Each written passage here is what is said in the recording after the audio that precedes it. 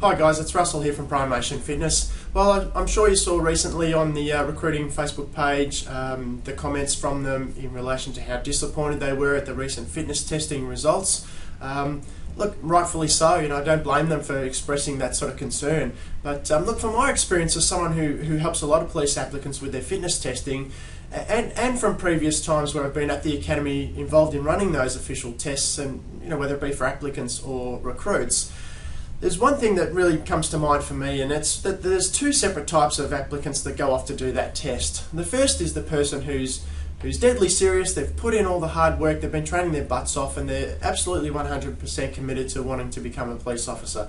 Well, if those people go off to the tests and fail, it's obviously not because of attitude or work ethic, it's always because the training program that they've got structured around them is not right or not specific enough for the tests that they're doing. The other type of person that I often come across is the person who's probably not really 100% committed to this, and sure, they want to do it, but they're not prepared to do much more than what's required to get to the minimum standard, and they'll have the attitude that a pass is a pass. Those types of comments you'll hear.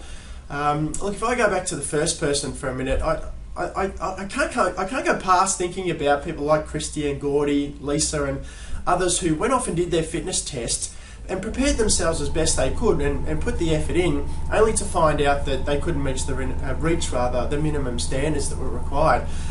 Well, again, it's not the effort, it's just the training structure that they've got around them. And I think Christy's a typical example, a perfect example, because in one of her stories that she shared in one of the videos, I remember her saying that she was working her butt off and she was so disappointed when she failed the first time because she just couldn't see herself training any harder than she already was. And it comes back to the not necessarily harder, but the way in which you're going about the training. In fact, for Christy, I had to slow her down quite a bit, and she ended up doing less training than she was, but more targeted training, more specific. And of course, the proof's in the pudding, because she was able to go back just a few weeks later and pass the second time around. So, really, it just comes down to the right training. Going back to the other person who might not be 100% committed to this, I think you really need to stop and think seriously about it.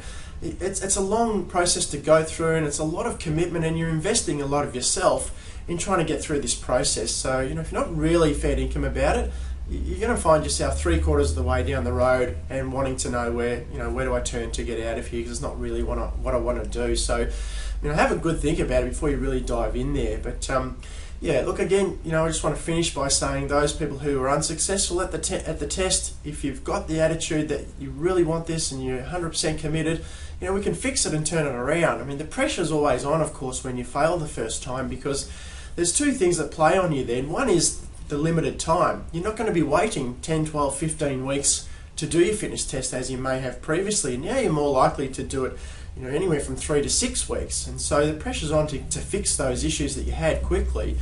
And of course, the other factor is that if you're unsuccessful the second time, and you can look at this on Victoria Police website, it's there for everyone to see. If you fail the second time, they will cancel your application. So get serious about it, do the right training, and you can get there. You just need the right training. So look, I'm here to help. If you're interested in getting some help, come and check out our website and see if there's something there that might be right for you. Okay, thanks for listening, guys. I look forward to seeing you in another video. Bye for now.